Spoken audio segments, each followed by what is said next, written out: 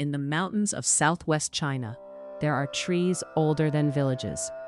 Their roots press deep into the soil, and their branches grow slowly, year after year. For the Blang people, these ancient tea trees are not symbols or scenery. They are part of daily life, part of work, memory, and responsibility. Long before tea became a global drink, the Blang were already living with it, not harvesting quickly, not chasing maximum output, but waiting. This is the story of a people whose culture grows at the same pace as a tree. The Blang people live mainly in Yunnan province, in mountainous areas where ancient tea forests still exist. Unlike many groups shaped by migration, Blang communities are rooted in specific places. Their identity is tied to the land they manage, not land they pass through. Historically, tea was not a side product. It shaped the village schedule.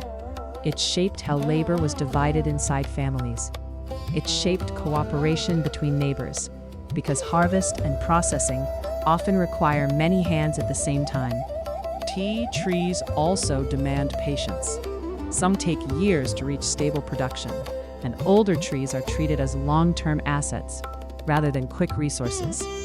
That long time scale influenced Blang decision-making. People learn to think in seasons, not in weeks, in decades, not in months. Tea production in Blang villages is gradual and manual. Harvesting is done by hand, especially in older forests. People pay attention to leaf size, tenderness, and the condition of branches. A common rule is simple. You don't take everything you can take. You take what the tree can safely give. Children learn this early. They watch adults decide which leaves to pick and which to leave. And they learn that too much harvesting can weaken a tree for years. In a tea forest, mistakes don't disappear the next day. They show up in the next season. Processing is also careful. Fresh leaves must be handled quickly, then dried, heated, or pressed depending on the local method. Time becomes part of quality.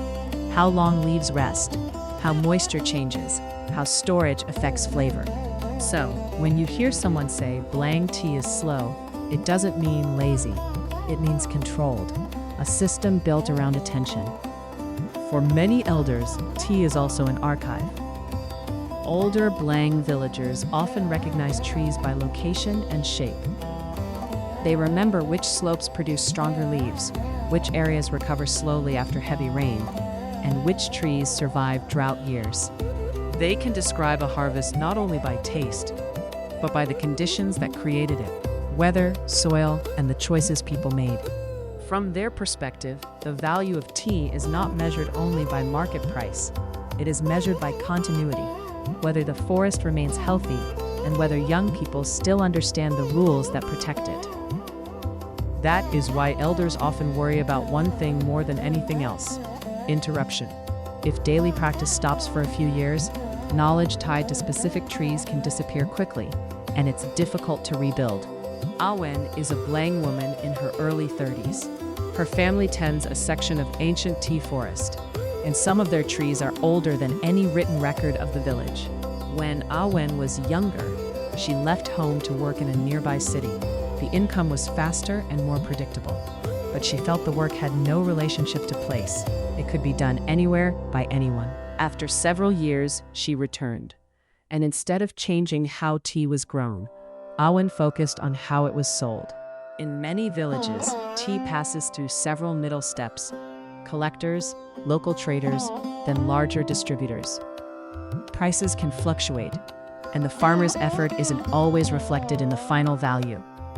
Awen began doing small, direct sales. She organized tea into clear batches, documenting harvest year, approximate tree age, and the family's processing method.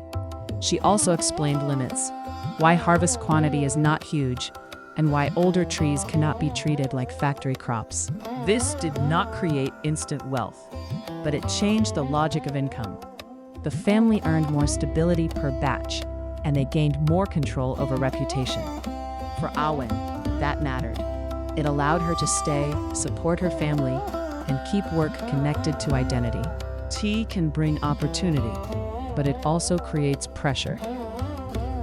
When demand rises, the temptation is to harvest more, faster.